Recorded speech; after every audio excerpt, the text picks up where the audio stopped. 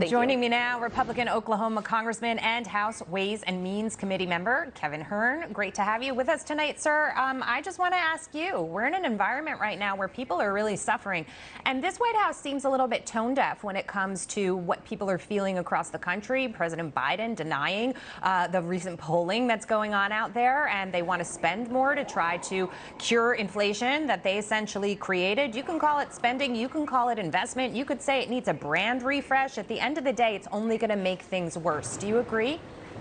I do. In fact, what's really sad about it is everyone is talking about inflation except for the very people who are creating the inflation with their terrible policies that they're pushing. And that's the White House and the Democrats that are in the U.S. Capitol. It's really pretty sad. When you look at, these are easy solutions. That's what's so frustrating about it for the American people. We just need to cut regulations, cut taxes, and increase our energy production in the United States. Instead, we have President Biden getting in Air Force One and flying to Saudi Arabia, talking to the Iranians, talking to the Venezuelans, instead of talking to our own producers. And so what does he do? He blames everybody but himself. And most recently, he's blamed the gas station owners in America, saying that they're price gouging the American people. And we know all of this is nonsense.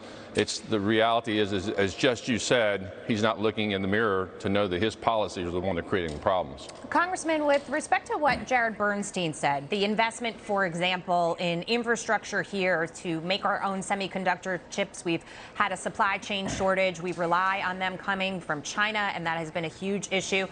Part of the problem, that we've seen in general with this administration was they come into office, they reverse everything Donald Trump and the previous administration did with respect to energy, with respect to foreign policy and China specifically. And so it brings me back to this point that I always make. They're always standing on their heels. They're always trying to catch up to the problem. They reverse all the policy, and then they realize later, oh gosh, this isn't working out. We've got to try to figure a way out of it. I mean, had we started making those investments sooner when this president came into office, we wouldn't be in the situation that we're in. Do you think he's starting to get it now?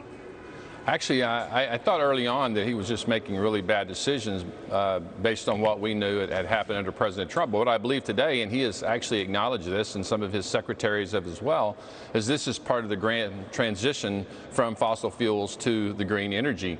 And so I think, now his members, his advisors, or this is part of their grand plan to destroy fossil fuels, which was part of his campaign promises, and he's out doing that.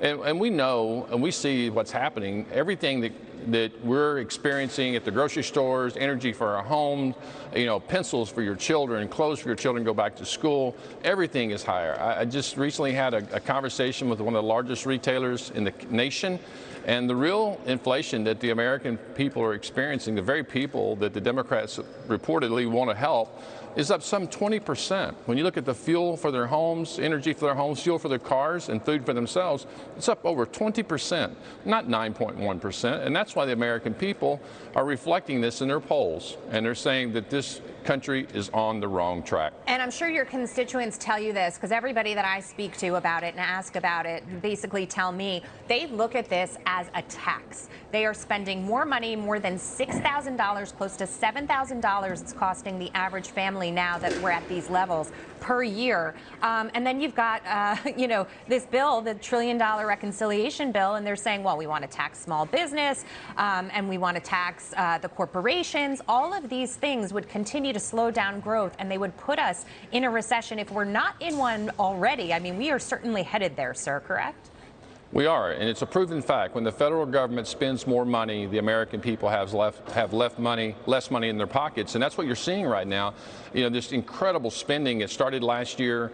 Secretary Yellen and others denied that this was going to cause inflation, but the previous administration, Democratic administration, Lawrence Summers and others said it was going to cause inflation, and it has, and it's going to continue to grow.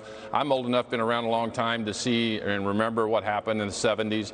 It is really devastating to the American morale, and that's what we're seeing right now in the polls. And we're going to continue to see it as long as we're continuing to see these kind of policies come forth. Yep, and Larry Summers he's been right on the money so far. Democrats don't like him out there making this kind of commentary, but he's been honest with us. Congressman Hearn, great to see you tonight. Thank you. Thanks for having me. All right.